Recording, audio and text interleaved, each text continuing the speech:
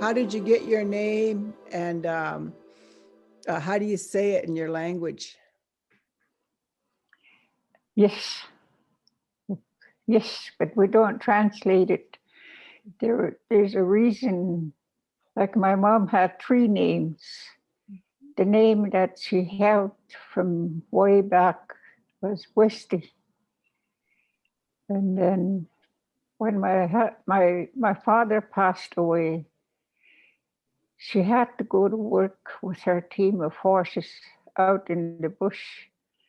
They worked with the ties for the Cheyenne, and they load up the ties on her sleigh, and she hauls it down to the tracks. And she was taking it so hard that my father passed away. He was only 72, but you would think he was in his 90s. Like he worked so hard all his life. That's why she was taking it so hard that she cried everywhere she went. And people can hear her, like she was sounded like Timberwolf. So they labeled her Timberwolf. And a month after my dad's headstone feast, my mom threw a feast and paid for her name, Timberwolf. So that's her second name. And then I was going through issues. White people here in Smithers killed my son. He just turned 15 when he passed away. And I spent two weeks in hospital in tears. They tried to save him, but infection set in. And at the end of 2 weeks, he passed away. And after that, I was going through life. It was really hard for me to let him go. And I just didn't want to live anymore. And my mom was trying to figure out what to do with me. So she gave me her name in the feast hall. Then after that, one of my father clan, by Gillenbeck's mom, Lucy Basil, she lived in Terrace. And she came to my place 3 times, and she talked to me. She said, I know it's hard losing your son, but you have 2 other sons that need you. You need to think about them. And so that brought my senses back to me. And then I realized what I was doing to my children, the ones that are still living. So she gave me her name. And before that, I didn't attend feasts because my kids were small and I didn't like leaving them at home all night. And so after that, I started attending feasts with my mom. And she didn't have a name after she gave me Timberwolf. And so the Cassia clan, the high chiefs, gave her another name, which was Antlaw. And then she used that for many years. And my sister, my youngest sister, was going through some issues with her life. So she did the same thing with her. She gave her name, her third name, Antlaw, to my sister. And that helped her in her life. That's how they did these things, like you have to conduct yourself in a way that people watch you live. That's why my mom did this, gave us her names.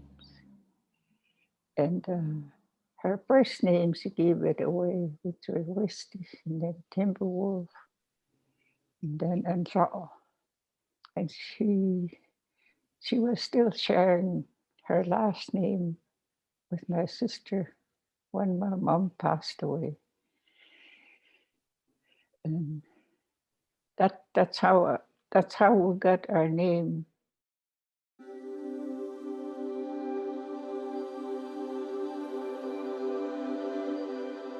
Hadi sai Sleydo Sydney Gidimden Hesley Wetsuwet'en is den Sinet Boozy June Wickham Haithni Sabet Boozy Dusty Wickham Haithni. My name in Cassia House is Sleydo, and my English name is Molly, and I belong to Cassia within the Gidimden clan of Wetsuwet'en. And my mom is June Wickham, and my dad is Dusty Wickham. I've known Mabel for probably about 10 years or so. As soon as I finished university, I had my son. I have 3 children now. The youngest just turned 1 the other day. And so when I had my son, I moved home, and I really wanted to, once I finished university, I really wanted to go home and get involved in what was happening back home and learn the language. And naively, I had given myself 5 years to learn the language. Mabel and I laugh about that all the time. Or after the residential schools in our area, the government started coming and taking all of the kids and putting them into white foster homes. And so a lot of, my mom grew up in several different foster homes in her dad's territory, but she was never engaged with them or wasn't allowed to see them. A lot of the homes at that time really, counseled the children that they were not to engage or have any relationships with their families, and that they were bad, and all of the racist ideologies about Indigenous people, right? That's what they were taught. So that's how my mom grew up. And she always, though, instilled in us that we should be proud of who we are, that we're Indigenous, that we are very strong people, that we come from strong people. And even though she didn't know our family, a lot of our family held hereditary chief names and were very well respected in the community. I think that one of the biggest learning, one of the biggest things that I've learned is that you really have to be patient, and you have to really put yourself out there and seek out those knowledge holders, because there's always, like Timberwolf, she's open and so patient and so generous with her teachings and with the language, and she's so patient with it too.